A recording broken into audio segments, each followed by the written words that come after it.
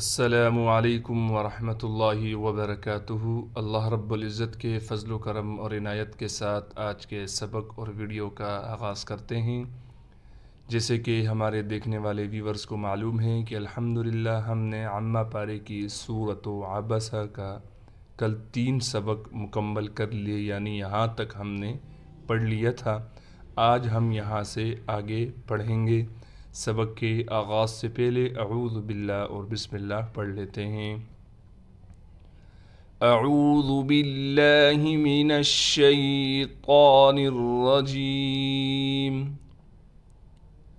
سورۃ عبس مکیہ۔ بسم اللہ الرحمن الرحیم۔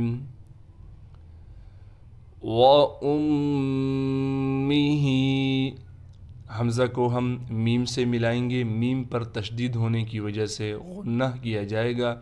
ہا کے نیچے کڑی زیر ہونے کی وجہ سے ہا کو اس لیے ہم کھینچیں گے 1 الف کی مقدار۔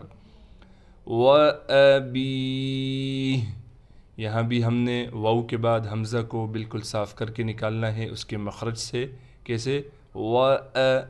حمزہ کو تھوڑا سا سخت کر کے پڑھتے ہیں۔ با کے بعد یا ہونے کی وجہ سے با کو 1 الف کی مقدار کھینچیں گے۔ ہا کو ہم وقف کی حالت میں ساکن کر دیں گے۔ اس ہا میں اور اس ہا میں فرق یہی ہے کہ اس ہا کے نیچے کڑی زیر ہونے کی وجہ سے کھینچ رہے ہیں، اس ہا کے نیچے صرف زیر ہونے کی وجہ سے نہیں کھینچیں گے۔ وَأُمِّهِ وَأَبِيهِ وَصَاحِبَتِهِ، صاد کو موٹا کر کے پڑھنا ہے۔ صاد کے بعد الف ہونے کی وجہ سے صاد کو 1 الف کی مقدار کھینچیں گے۔ ہا کو بالکل صاف کر کے گلے سے پڑھنا ہے۔ با کو بھی نہیں کھینچنا، تا کو بالکل باریک پڑھنا ہے۔ ہا کے نیچے کڑی زیر ہونے کی وجہ سے ہا کو بھی 1 الف کی مقدار کھینچیں گے۔ وَبَنِيهِ، یہاں بھی نون کے بعد یا ہونے کی وجہ سے نون کو 1 الف کی مقدار کھینچیں گے۔ ہا کو ختم نہیں کرنا وقف کی حالت میں، یہ بات ہمیشہ یاد رکھیں۔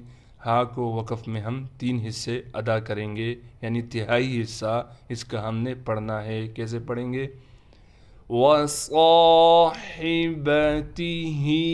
وَبَنِيهِ، جزاک اللہ۔ لِكُلِّ امْرِئٍ، کاف کو لام سے ملائیں گے، لام پر تشدید ہونے کی وجہ سے تھوڑا ٹھہراؤ کیا جائے گا۔ پھر لام کے نیچے زیر ہے، اب جو لام کے نیچے زیر ہے اس زیر کو ہم ڈائریکٹ میم سے ملا دیں گے۔ کیسے پڑھیں گے؟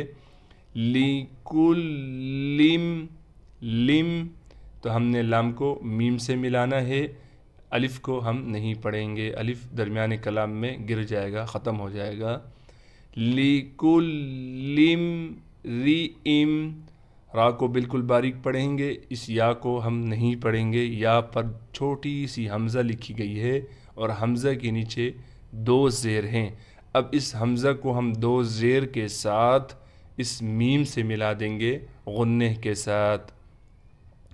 رِئٍ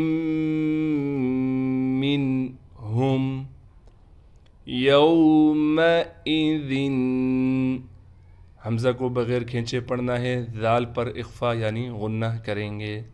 شَأْنٌ، شین کے بعد تو لکھی ہوئی الف ہے لیکن الف نہیں ہے کیونکہ الف ہمیشہ خالی ہوتی ہے۔ اب الف پر ساکن آ گیا یعنی جزم آ گیا، اب یہ حمزہ بن گیا، لہٰذا اب اس کو ہم نے کھینچنا نہیں بلکہ شین کے بعد حمزہ ہونے کی وجہ سے تھوڑا جھٹکا دیں گے۔ شَأْنٌ، نون کو ہم یا سے ملائیں گے غنہ کے ساتھ، غین کو موٹا کر کے پڑھیں گے، اس نون کے بعد یا ہونے کی وجہ سے 1 الف کی مقدار کھینچیں گے۔ لِكُلِّ امْرِئٍ مِّنْهُمْ يَوْمَئِذٍ شَأْنٌ يُغْنِيهِ، وجوه واو کو صاف کر کے پڑھنا ہے، جیم کے بعد واو ہونے کی وجہ سے جیم کو ایک الف کی مقدار کھینچیں گے، ہا کو ہم یا سے ملائیں گے غنہ کے ساتھ، وجوہ یومئذ مسفرہ، حمزہ کو بغیر کھینچے پڑھنا ہے، ذال کو ہم میم سے ملائیں گے غنہ کے ساتھ، پھر میم کو سین سے ملانا ہے، سین میں سیٹی بھی ادا کریں گے، را کو موٹا کر کے پڑھنا ہے، گول تا وقف کی حالت میں ہا بن جائے گی۔ جزاک اللہ۔ اگلی آیت پڑھتے ہیں، ضاحکۃم،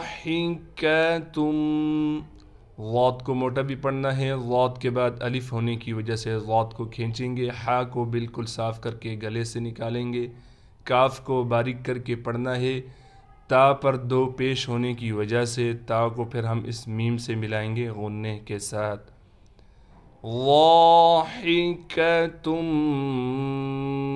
مستبشرہ، میم کو سین سے ملائیں گے، سین میں سیٹی نکالیں گے، تا کو با سے ملا دیں گے، تا پر قلقلہ کیا جائے گا، شین کو صاف کر کے نکالنا ہے، را کو موٹا کر کے پڑھیں گے، تا وقف کی حالت میں ہا بن جائے گی، مستبشرہ،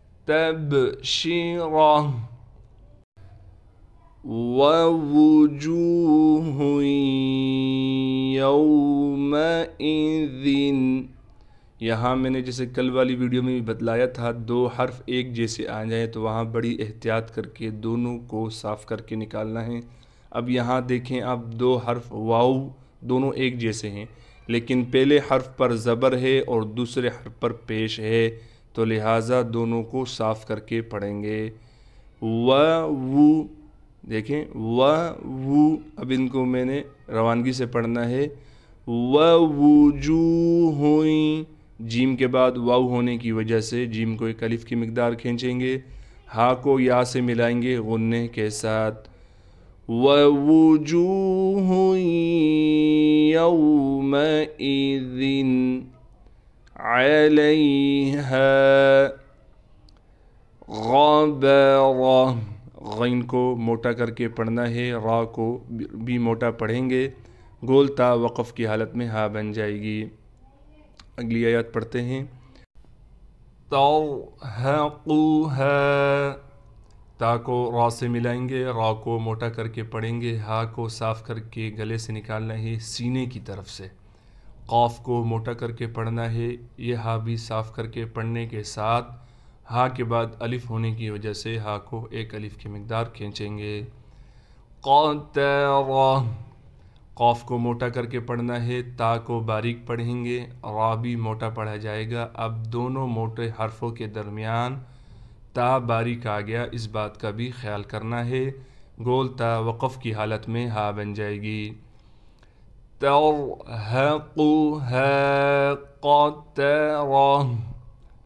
اگلی آیت پڑھتے ہیں، اولئک، حمزہ کو صاف کر کے پڑھنا ہے، اب دیکھیں حمزہ کے بعد واو ہے، اب ہونا تو یہ چاہیے تھا یہ حمزہ کھینچ کر پڑھیں، کیونکہ حمزہ کے بعد حروف مدہ آ گیا، لیکن یہ حروف مدہ صرف لکھا ہوا آیا ہے، پڑھنے میں نہیں آئے گا، کیونکہ اس کے اوپر نہ زبر ہے، نہ زیر ہے، نہ پیش ہے، نہ جزم ہے، کوئی حرکت ہی نہیں ہے، یہ رسم الخط کی وجہ سے لکھا گیا ہے، لہٰذا اس کا یہاں پڑھنے میں کوئی تعلق نہیں ہے، تو ہم نے پھر حمزہ کو نہیں کھینچنا، اگر اس حرف پر واو پر ساکن ہوتا پھر ہم کھینچتے، تو اس واو کو نہیں پڑھیں گے، لام پر کڑا زبر ہونے کی وجہ سے ایک الف کی مقدار کھینچیں گے، اور مد ہونے کی وجہ سے اس سے اور بھی زیادہ کھینچ کر پڑھا جائے گا، حمزہ کو بغیر کھینچے پڑھنا ہے، اولئک